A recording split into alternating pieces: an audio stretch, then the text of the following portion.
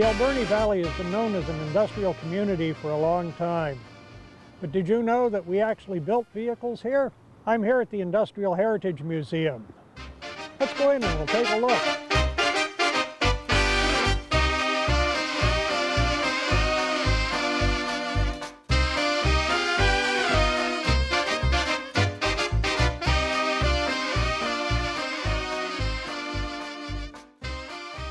I'm sitting here in what's become affectionately known as the paper truck. Of course, it's up here in the Industrial Heritage Museum, and I've got a couple of people who are going to come in and talk about it. I was working at Alberni Engineering when all this came about. The type of tractor that they were using prior to this was a company by the name of Willock Tractors, and they had gone out of business, and the pulp mill had decided that they needed a new fleet, so they came to us with a list of requirements. Things like they would like a diesel powered, the old ones were gasoline powered, and this, which looks like a muffler, is actually a catalytic converter to allow it to run inside a warehouse. And the tractor required a very tight turning radius, so the front ends are out of forklifts. You'll see the extra heavy plate on the back for extra traction. So. Yes, I noticed those fenders are pretty much, what, 2-inch or 3-inch solid steel? Yes, yeah. Mm-hmm. Yes, they must be quite a thing to bend. Actually, they were bent in Vancouver by Burrard Dry Dock, and we contracted them to do that. Okay. There's 4 of these built, and one of them actually it's filled with lead shot instead of the steel. It was an effort to try to change the pricing, but I think this ended up being the cheaper way to go. And from conception to delivery, how long does that take roughly? It was a while ago. I mean, the original design I think took probably 6-8 months, but then once they were drawn, it would have probably been 4 months to build one from start to finish. Okay. And when did they first come into operation? The early to mid 80s was when these were being designed and built. There's 4 of them in total. Okay. And then they were built for predominantly hauling paper, wasn't it? Well, they were the prime mover for I guess it was like a train. There was usually 3 articulated trailers that were, they also had steering mechanism in them so they could maneuver through the warehouse. And that's, so, and then they were used later up and down the waterfront in Port Alberni between the pulp mill and I guess it was Terminal 3. How long were they used for? I'm not sure when they stopped. I mean, they were also used when we had the paper barges that were used. They would be moored in the Somas River, and then there was a loading dock that they would run them right from the warehouse onto the paper barges, and then they're offloaded there. And then after that, they were also running, but I'm not too sure of the actual year. You said it's a diesel. What size diesel is that in there? It's an 8.2 liter General Motor diesel. And it must have a fairly low gear reduction. Yeah, they're planetary rear ends. They were actually a surplus bought out of a Skagit crane company out of Washington State, and they had like 4 of them, and that was one of the components that the tractor was built around. So it must be quite the thing trying to find the various pieces and then build around them. It must take quite a bit of design to bring it all together and, well, make something like this and make it work good. Yeah, it was like a lot of the tradesmen on the floor were quite talented in that way. I mean, there was a certain amount of conceptual drawings, but the fellows on the floor did a lot of the fine detail to make it all happen. So what does it take when somebody comes down with a design and presents it to you and says, we need this built? Well, generally we look at it and decide whether the drafting office upstairs or the engineers really know what they're talking about sometimes, because we're the machinists downstairs who actually machine the parts. But in this case, this went together pretty well. What were some of the parts that you had to actually machine? Oh, we had to Custom. fit all the parts, all the main axles together, and bolt those together. They were generally already manufactured, and it was a case of putting it together. But a lot of the parts didn't fit sometimes quite, and we had to machine spacers, new leaves, and joining parts there. And a lot of the parts in there weren't available on the general just to buy. Certain things like the doors that were manufactured there at Alberni Engineering, and other parts like that just generally weren't available for a job like this, especially the bumpers and things like this. We machined the radiuses to fit them all together, the things.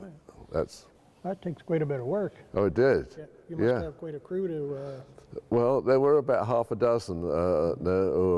We're getting a bit old now. Some of them aren't all around us, but to do this, then this was a special job sort of thing, because we were mainly in the boat manufacturing business and repair side.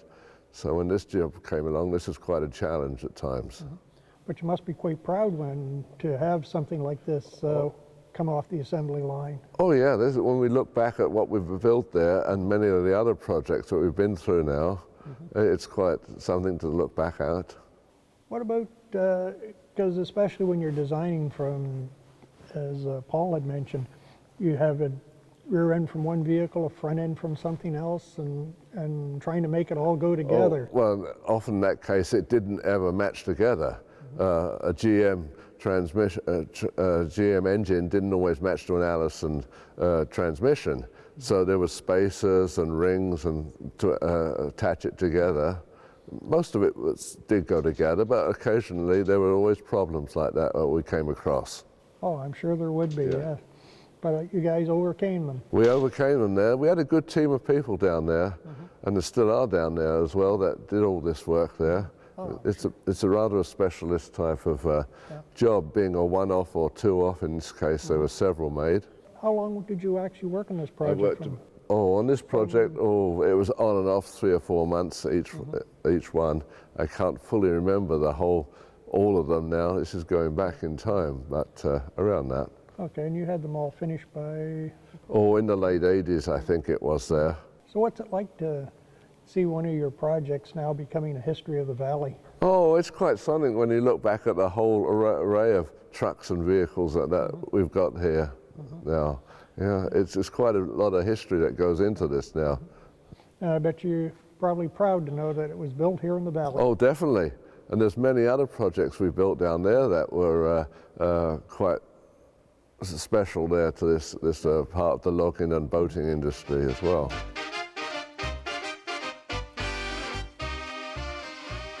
Have you ever seen something and then with a few pictures and ideas decide you have to build it? Well, that's how this thing started. It all started when Ernie Shorter was down in California during the war years and had seen some forklifts working in California. He realized what an important part this could play in our valley. So with a few catalogs and some good ideas, he brought them back. With the help of Oscar Wiebel and a few other people, it was actually built here, basically out of scrap metal and parts. And in 1946, it's starting to work. Men like Oscar, Ernie, and Lauren Jordan recognized the importance of a vehicle like this in moving lumber. And from 1946 until 1965, it did move a lot of lumber. It was finally sold as scrap, but that didn't last too long. It was quickly bought up by the Southern Company, and they used it for quite some time, until finally it found its final resting home here. This particular forklift is considered the first forklift ever to be built in the valley. And this is a very good example of what can be done when people have an idea.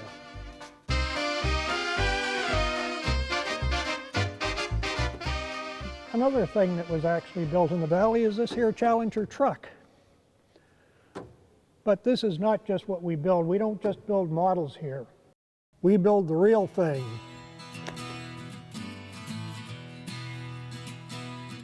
I design them. I have a partner, Eric Netzer, and we together own the company. And we've been together 43 years, I think. Okay. What brought you to designing your own vehicle? You said you were a logging truck driver. Why That's design right, your own and truck? Having worked for all small contractors, never a big company as far as driving logging truck, you fixed them on the weekend. You quickly learned to, and you learned driving all three brands that were around, you quickly learned the weak points in them all. You see, and when you'd be fixing, you'd say, well, gee, you know, if they do it this way, we wouldn't be fixing it today. So those things are piling up. And finally, you know, many years later, 1987, and I started driving logging trucks in 58. So I've been at it a while, and just what 20 years? And you have all these ideas in your head, you see. So finally, that's what drove me. And I always liked the idea and wore people out telling them someday I'd design and build my own brand. Eh? You just get up on here and you undo the 4 latches, which you'd have on any truck. Okay. And then you just reach back here, hopefully.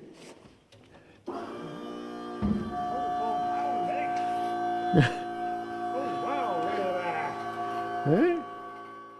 Now you have. Yeah. What sort of different innovations did you bring about? First of all, I make them tough so that you don't have to fix them very often. And that's proven out over the years.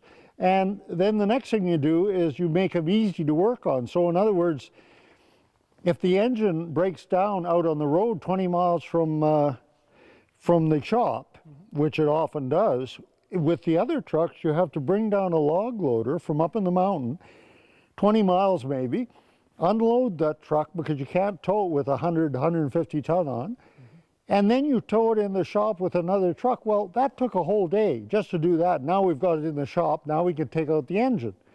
So I made it so the engine slides out like a drawer very quickly, and all you do is take a budget rent-a-truck out there, a 2-ton with a high ab crane on the back, and you take off the front bumper, comes with the grill guard and the 2 fenders, you throw them in the ditch, and then you swing around again with your high ab crane, you grab the engine, and it slides out on an inner frame.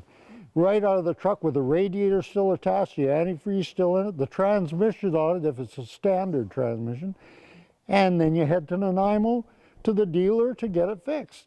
And then you take it back out there with the same budget truck and slide it back in and put on the bumper again, and you're on your way. You just saved a day of having to unload it, tow it into the shop to take the motor out, and then a much bigger job to take the motor out. It's a long way down. Yeah, it is. I noticed that. And I'll put the steering wheel down so that you can see the dash. And then I'll get out of here. Here, like that. So now you can see how easy it is to fix wiring and all that kind of stuff. But of course, we're like Kenworth and the rest of them. We don't build motors, axles, stuff like that. We build the frame, the cab, and design all that. Yeah. So. When did you first design the Challenger? In '86. Yeah. Went to Vancouver, bought a drafting table, and came home and sat up there all by myself in a little office. And was scared to build the first frame, so I took my plans to a big outfit in Annacis Island and had them build me the first frame from my plans. And eventually we couldn't get close enough tolerances. I wanted things straight and right. And we never get that. We went 3 different outfits in Vancouver, and finally after about 6 trucks, we started doing it ourselves, and we got them right. I've had some very good local welders. John Kreutz has been my head welder for the last, I don't know, 20-some years, and he's a local boy, born and raised out in Beaver Creek. And well, there is definitely a lot of talent here in the valley. And there is. A lot of skills and innovation. The cabs were made at a place called Stevens Sheet Metal in town here, which is gone now.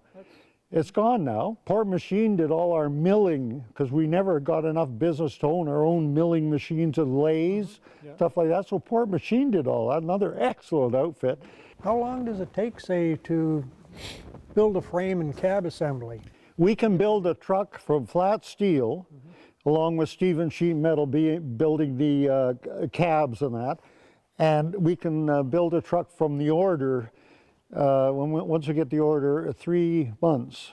I didn't even want to waste all the time in the world designing them until I got the order, because I was bidding against Kenworth. And anyway, when I finally got the order, then I had to finish designing them, and it took us 5.5 months to build the two side by side. Oh, wow. Just as you see them here. That's actually a pretty good time, right? It is, yeah. They were $1 million a piece. Today they're $2 million a piece, because they're 24 years has gone by, and that's how much things have gone up. They really have. Steel has doubled to tripled in that time. Tires have doubled, and engines and transmission, all that stuff has doubled. So I'm sure that they'd be, if I costed them out $2 million a piece today. Yeah. I was just looking at the tires before I talked to you, and I said, oh, I'd hope I never had to change a tire on this thing. Oh, good. Yeah. I hear there's one in South America, isn't there? Yeah, Tasmania, one in the oil fields, and Australia, there was one there pulling 300-ton trailers behind it. Yeah, and then Guatemala, there's a couple in Guatemala, and there's 5 up in the tar sands, Fort McMurray. Oh, wow. Yeah, pulling big low bed trailers, hauling big equipment around in the pits. Yeah. Way too heavy to go on the road. When I was building these things, we were just about ready to go, and I was going to get a permit to take them down Falls Road here, over to Sprout Lake Division, just across the bridge, Mission Road, and get on the logging road, just to road test them for a week and fix every last little thing. Then you call the low beds to take them from there. So anyway, when the day comes, I go down and I buy the biggest permit. Then I go and find the biggest wrecking truck, car wrecker, tandem axle one. And I back them up here, I bring them out here, and I said, now back up and hook onto the front bumper here and take what you can, which would be relieving the weight, you see. He could probably take half of it. So anyway, who's arguing? So I says, I'll drive the big truck, you drive your wrecker. We had a couple of pilot cars to get around the bridge down there. And we got to Mission Road, and came back and got the second one, and the game was up. Then, of course, we called the low beds. H.A. Davis from Ladysmith came up with his best low beds to take them, and they got the first one over to the scales while we were loading the second one. The first truck left and got to Parksville Scales, and he phoned back and he said, oh, that didn't work. He said, we're overloaded. So take the tires, because we have to take the outside dual wheels off because it's too wide. And we piled them on the bare frame behind, you see. And so anyway, he said, we got to take them off there and put them ahead of the truck on what we call a gooseneck, where the highway truck hooks in. Yeah, and there's a platform there. And he said, put them up there, it should work. So luckily he caught us in the second truck, we did that. And I guess everything went, because they took them over to Langley, dumped them off again, because we didn't have the room here at the time we were building the trucks. We need one bay to weld in, you see. So we couldn't build the boxes. We didn't have the room. So we contracted it out to Aspen Trailer in Langley. They put the boxes on, they were ready to go, and tried them out, took them off again. We put them on a B train, and the 2 low beds went over again, and loaded up the 2 trucks, and I got out in front with my pickup and piloted the whole convoy up to Sparwood, which took us just over a day. Yeah. That would have been quite an experience. Oh, it was quite a trip, but it all went quite well. And we had to take the old number 3 highway through a Soyuz and trail and all that, because we're too big to go through the tunnels up at on the number 1. Over the years, how many have you built? Only 14, because the market was failing for these big trucks. They've all gone to highway trucks out in the bush. Well, to a great extent anyway. And so, like if you go to Franklin River today, you'll probably find 15 down there of big. They're all 40, 50 years old, because they do live a long time, all of them. There's only one thing you can be sure of in life, and that is change. So you can't be sure of anything, can you? Oh, for sure. How wide is this vehicle?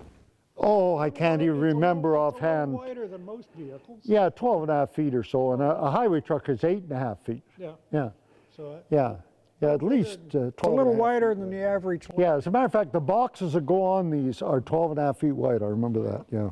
So these are right around 12.5 feet wide, yeah. These haul 100 ton, and you could have 100 ton on a trailer, so 200 ton. And the engines, you said you don't build the engines. Where do you get the engine supply and the transmission? It's your choice. If you're ordering a truck here or Kenworth or anywhere else, you have your own ideas on what you want for an engine. Transmissions, do you want standard transmission? Do you want power shift transmission, automatic transmission? Axles, you have a choice of axles. So you come to me usually as a trucker and you say, I want a V12 Jimmy, or this is an 8V149 Detroit diesel.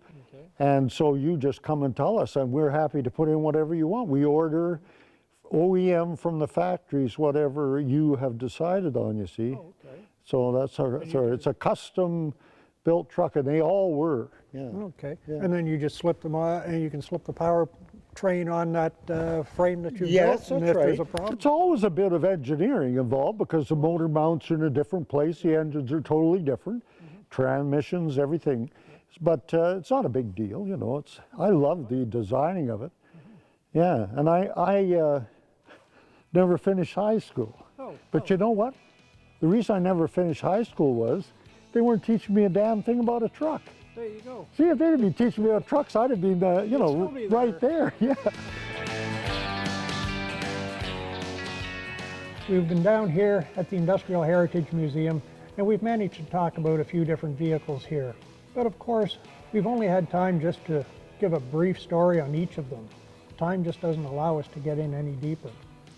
So those of you who would like to know more, feel free to drop down, take a look. People here will certainly tell you a lot more than what I can. And also, for those of you who'd like to volunteer, come in and maybe work on something like this. And I'm Gerald Labute, your friendly neighborhood time traveler. And I'll see you next time, whenever in time that may be.